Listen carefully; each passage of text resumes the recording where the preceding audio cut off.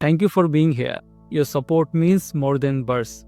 Today's story is not just about fact, it's about feelings too. एक 18 साल की लड़की, ब्राइट एम्बिशियस यूनिवर्सिटी स्टूडेंट, अपने फ्यूचर के सपने लेकर चल रही है और फिर एक दिन वो अचानक गायब हो जाती।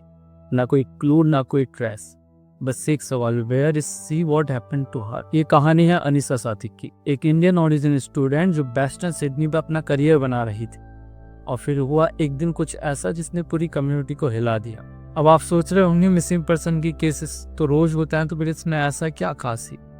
वही तो ट्विस्ट है, क्योंकि ये केस सिर्फ एक मिसिंग रिपोर्ट नहीं थी, ये एक मिरर था जो दिखाता है कि आज के ज़माने में यंग एडल्ट्स किस तरह के हिडन बैटल्स लड़ रहे हैं। इस वीडियो में हम स्टेप बाय स्टेप देखेंगे कैसे एक ऑर्डिनरी दिन एक नाइटमेयर में बदल गया, किस तरह पुलिस और फैमिली ने अपने अपने एंगल से स्ट्रगल किया और सबसे इम्पोर्टेंट कैसे एक कम्युनिटी के यूनाइटेड एफर्ट्स ने एक इंसान की ज़िंदगी बदल दी। और इमेजिन कीजिए, एक इमिग्रेंट फैमिली के लिए अपने बच्चों, नई कंट्री, नए कल्चर और एकेडमिक्स के लोड में एडजस्ट करना कितना टफ होता होगा।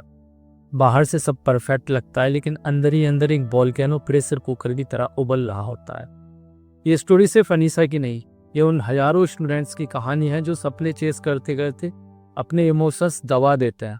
और शायद इसीलिए इस केस का इम्पैक्ट एक ऑर्डिनरी मिसिंग केस से कहीं ज़्यादा गहरा था। तो अगले कुछ मिनट्स में मैं आपको ले चलूंगा जून 23 के उस दिन जब एक सिंगल डिसअपीयरेंस ने पूरी कम्युनिटी को हिला दिया। सो रेडी हो आप? चलिए शुरू करते हैं। 23 जून दोपहर लगभग 1 बजे का वक्त था। वेस्टर्न सिडनी की गर्म हवाओं में ही अजीब सा सन्नाटा था और उसी दिन एक ऐसा इंसिडेंट हुआ जिसने ये परिवार और कम्युनिटी की जिंदगी हमेशा के लिए बदल दी। अनीसा सादिक एक 18 साल की यूनिवर्सिटी स्टूडेंट, ब्राइट, इंटेलिजेंट, लेकिन सही और रिजल्ट उसकी दुनिया छोटी थी, बस घर और यूनिवर्सिटी, ना पार्टीज ना हैंग आउट, बस स्टडीज और फैमिली। लेकिन उस दिन कुछ अलग हो।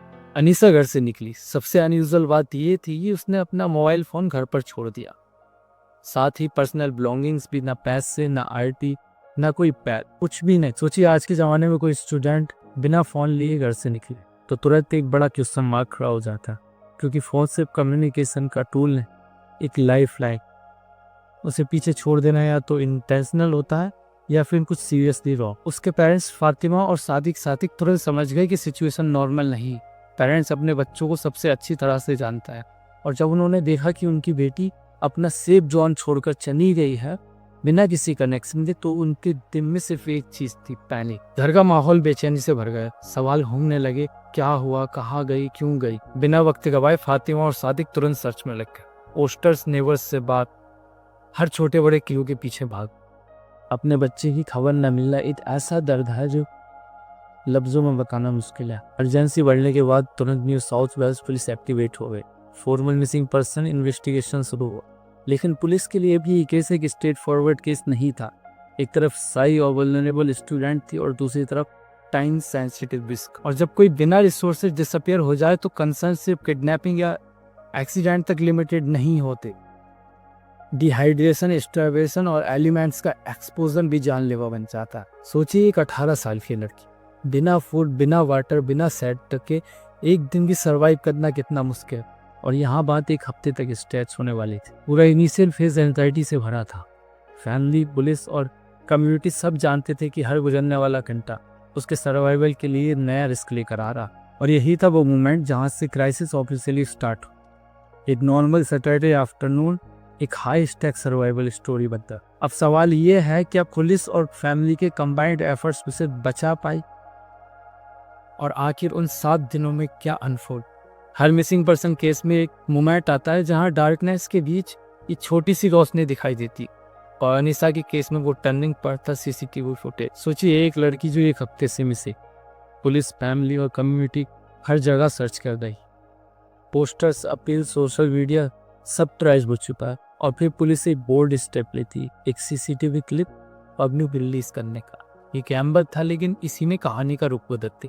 फुटेज में क्या दिखा? अनीसा एक नेबरिंग शहर में एमलेसली घूमते हुए, ना कोई डेस्टिनेशन, ना कोई डायरेक्शन, बस चल रही थी जैसे दुनिया से डिस्कनेक्टेड हो।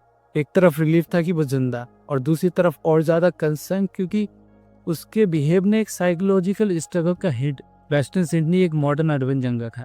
हर स्ट्रीट, हर शॉप में सीसीटीवी। पुलिस के लिए ये एक डिजिटल ट्रायल बन गया। क्लिप्स को जोड़कर उन्होंने उस मूवमेंट टेस्ट की।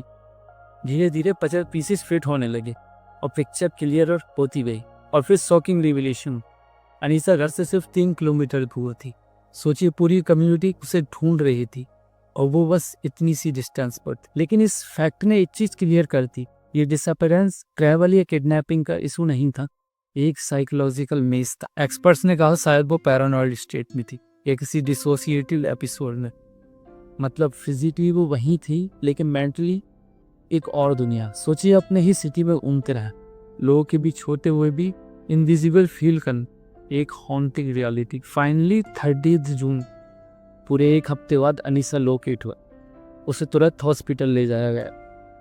मेडिकल और साइकोलॉजिकल असेसमेंट शुरू हुआ। और यहाँ एक चिलिंग थॉट सामने आती है, अगर वो 7 दिन बिना खाना पानी या रेस्ट के सरवाइव कर रही थी तो उसने किस तरह का टॉर्मेंट फेस किया हो। रिलीफ के साथ एक और साइलेंट क्वेश्चन उठता है, ये बैटल असल में बॉडी के अगेंस्ट थी या माइंड के अगेंस्ट। और ये डिस्कवरी बन गई उस पजल का सबसे क्रिटिकल पीस, जो केस को सिर्फ एक मिसिंग रिपोर्ट से कहीं ज़्यादा बना रही। ये एक बैकअप कॉल था कि कभी कभी किलोमीटर सिर्फ डिस्टेंस में नहीं बल्कि मेंटल स्टेट में मेजर होता है। हर मिस्ट्री के एंड में एक कंक्लूजन होता है, लेकिन अनीसा की कहानी एक सिंगल कंक्लूजन नहीं बल्कि एक कॉम्प्लेक्स डेट थी। डॉक्टर्स और इन्वेस्टिगेटर्स ने पीसेस जोड़े तो ये चीज़ क्लियर हुई कि अनीसा का डिसअपीयरेंस किसी वजह से नहीं हुआ, ये स्टॉर्म ऑफ मल्टीपल फैक्टर्स था और इसका सेंटर पॉइंट था मेंटल हेल्थ। अनीसा का डॉक्यूमेंट हिस्ट्री था सीवियर एंजाइटी और डिप्रेशन। उसके लिए मेडिकेशन प्रिस्क्राइब थी लेकिन उसने डिक्लाइन कर दिया, एक साइलेंट रेड फ्लैग। और उस रिफ्यूजल का मतलब था इंटरनल स्ट्रगल और डेंजरस लेवल पर चला गया। ट्रिगर क्या था? सबसे बड़ा कल्प्रिट था academic pressure, demanding double degree program, high expectations और एक कल्चर जहां सक्सेस को ग्रेड से मेजर किया जाता। हाई स्कूल से यूनिवर्सिटी ट्रांजिशन टफ होता, लेकिन उसके लिए ये प्रेशर बोकर बन गया। इस प्रेशर को एम्पलीफाई किया उसकी सोशल आइसोलेशन। वो नेचुरली साई थी, फ्रेंड्स लिमिटेड थे। मतलब जब स्टॉर्म अंदर चल रहा था तो उसके पास कोई बैंकिंग आउटलेट नहीं था। फैमिली के लिए नहीं, कभी कभी बच्चे अपना स्ट्रगल छुपाना इजी समझते ताकि उन्हें बरी ना, और यही साइलेंस उसका सबसे बड़ा ट्रैप बन गया। उसके पेरेंट्स के वर्ड्स याद रहता है, she was too shy to ask for help. तो पिक्चर क्लियर हुई, mental health crisis as the foundation, academic stress as the trigger, social isolation as the amplifier. और जब ये तीनों कोलाइड करता है तो एक ब्राइट स्टूडेंट अपने ही माइंड में खो जाता है। लेकिन स्टोरी यहीं खत्म नहीं होती। अनीसा का केस एक बड़ी सीख देता है कि आज के सोसाइटी में मेंटल हेल्थ सिर्फ पर्सनल नहीं, एक पब्लिक हेल्थ मिग्रेट कम्युनिटीज में स्टिग्मा और कल्चरल बैरियर्स इस स्ट्रगल को और ज़्यादा कॉम्प्लेक्स बना देता है। काफ़ी फैमिलीज मेंटल हेल्थ को टबू समझकर इग्नोर कर देती हैं। रिजल्ट, यंगस्टर्स साइलेंटली सफ़र करते हैं। इस केस का एक पॉजिटिव एंगल भी था, कम्युनिटी मोबिलाइजेशन और टेक्नोलॉजी। पुलिस के पास रिसोर्सेज थे लेकिन असली पावर तब बन गई जब एक कम्युनिटी यूनाइटेड हुई। नेबर्स, स्ट्रेंजर्स, वॉलंटियर्स सब एक साथ मिलकर एक मिशन बन गए। और technology, CCTV trials, social media, GPS ping सब मिलकर एक डिजिटल नेट बन गए जिसने एक वल्नरेबल लाइफ को बचा दी। एंड में अनीसा का केस सिर्फ एक स्टोरी नहीं, ये रिमाइंडर है कि हर सक्सेसफुल स्टूडेंट के पीछे एक इनविजिबल स्ट्रगल हो सकता है। यह एक मैसेज है पेरेंट्स और सोसाइटी के कि अचीवमेंट्स के पीछे भागते हुए अपने बच्चों की मेंटल हेल्थ को इग्नोर ना करें। और सबसे इम्पोर्टेंट, ये ट्रिब्यूट है एक फैमिली के अनकंडीशनल लव और एक कम्युनिटी की रेजिलेंस के पीछे। अनीसा की स्टोरी हमें सिखाती है कि कभी कभी एक स्टूडेंट्स के लिए सबसे बड़ा एग्जाम उसके पेपर्स नहीं बल्कि उसके इमोशंस होता है। और जब हम साथ मिलकर सपोर्ट देते हैं तो शायद हम एक और अनीसा को फैड होने से बचा सकता है। Thank you for walking with me through this journey. Remember, awareness is the first step towards change. Thank you.